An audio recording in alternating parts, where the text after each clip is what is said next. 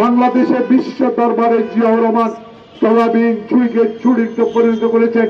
বিশ্বের মুসলিম দরবারে সার্ক গঠন করে সেদিন জিয়াউর রহমান পৃথিবীর ইতিহাসে একজন সুন্দর শাসক এবং গণতন্ত্রের সপক্ষে লোক হিসেবে পরিচিত লাভ করেছেন। কিন্তু আওয়ামী লীগের দোষরা সেদিন ষড়যন্ত্র করে সেই প্রেসিডেন্ট জিয়াউর রহমানকে, যিনি কালুরঘাট বেতারকাণ্ড থেকে বাংলাদেশের স্বাধীনতা ঘোষণা করেছিলেন, সেই শহীদ প্রেসিডেন্ট জিয়াউর রহমানের আজকে সেই ইতিহাসকে মুছে ফেলতে চেষ্টা করে তাকে চট্টগ্রাম সার্কিট হাউসে নির্মমভাবে হত্যা করার ষড়যন্ত্রের সাথেও আওয়ামী লীগ সেদিন জড়িত ছিল। আজকে তাই আমরা মোদী, তোমার লজ্জা হয় না? 16ই ডিসেম্বর বিজয়ের দেশ বাংলাদেশের খালি পায়ে হাফ প্যান্ট পরে যারা যুদ্ধ করে দেশ স্বাধীন করেছে, বিজয়ের কয়েকদিন আগে শুধু অস্ত্র লুণ্ঠন করে নেওয়ার জন্য সেদিন বাংলাদেশে তুমি প্রবেশ করে আজকে তুমি অহংকার করো বিজয় দিবস ভারতের সেনাবাহিনী। লজ্জা যদি হতো, তাহলে তোমার লজ্জা যদি থাকত, যদি হিন্দুস্তানে ভারতে গণতন্ত্র বিশ্বাস করেন আপনি, তাহলে কি করে বাংলাদেশে 500 মামলার আসামি শেখ হাসিনাকে আপনি আশ্রয় দিয়ে রেখেছেন?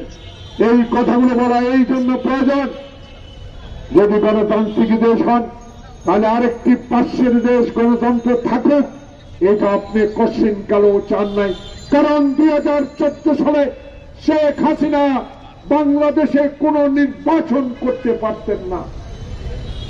বাংলাদেশের একটি কুচক্রী দল যারা 10টি বছর বাংলাদেশে পাথরের মতো চেপে স্বৈরাচারী কায়দা জিয়াউর রহমানের থেকে ক্ষমতা নিয়ে বাংলাদেশ শাসন করেছে, সেদিন তাদের নেতা ক্যান্টনমেন্টের একটি হাসপাতালে শুয়েছিল। আপনি ভারত থেকে পররাষ্ট্র সচিবকে পাঠিয়ে সেদিন বিনা দস্তখতে জাতীয় পার্টিকে নির্বাচনে অংশগ্রহণ করিয়ে 2014 সালে নির্বাচন করেছেন।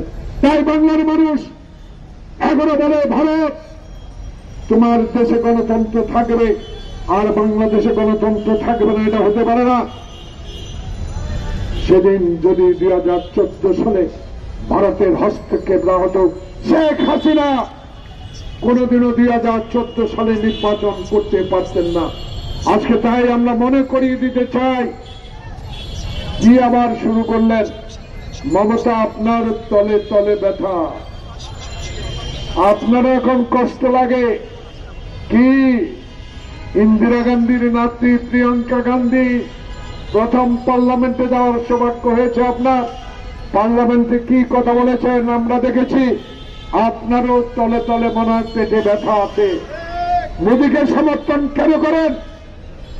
আপনার দেশের মানুষের কথা চিন্তা করেন। শেখ হাসিনাকে অবিলম্বে বাংলাদেশে ফেরত পাঠান। এইসব কথা বলে বাংলাদেশের মানুষকে আর দমাতে পারবেন না, কারণ আওয়ামী লীগ আর এই দেশে কোনদিনও ক্ষমতায় আসতে। স্পষ্ট বক্তব্য। ডক্টর ইউনূস, আপনি একজন পবিত্র মানুষ, আপনাকে বিশ্বাস করে ছাত্র জনতার আন্দোলনের পর সকল দল একটি নিরপেক্ষ সুষ্ঠু নির্বাচনের জন্য আপনাকে ক্ষমতা দেওয়া হয়েছে। আমরা এখনো আপনাকে বিশ্বাস করি। বিশ্বাসের ঘরে আগুন লাগাবার জন্য ষড়যন্ত্র শুরু হয়েছে। এই ষড়যন্ত্র বন্ধ করতে হবে। আপনার বদনাম যাতে বাংলাদেশে আর না হয়, আপনি এমন একটি নির্বাচনের দিন ঘোষণা করুন যাতে নির্বাচিত প্রতিনিধিরাই নির্বাচিত হয়ে পুরো সংস্কারের কাজ করতে হয়।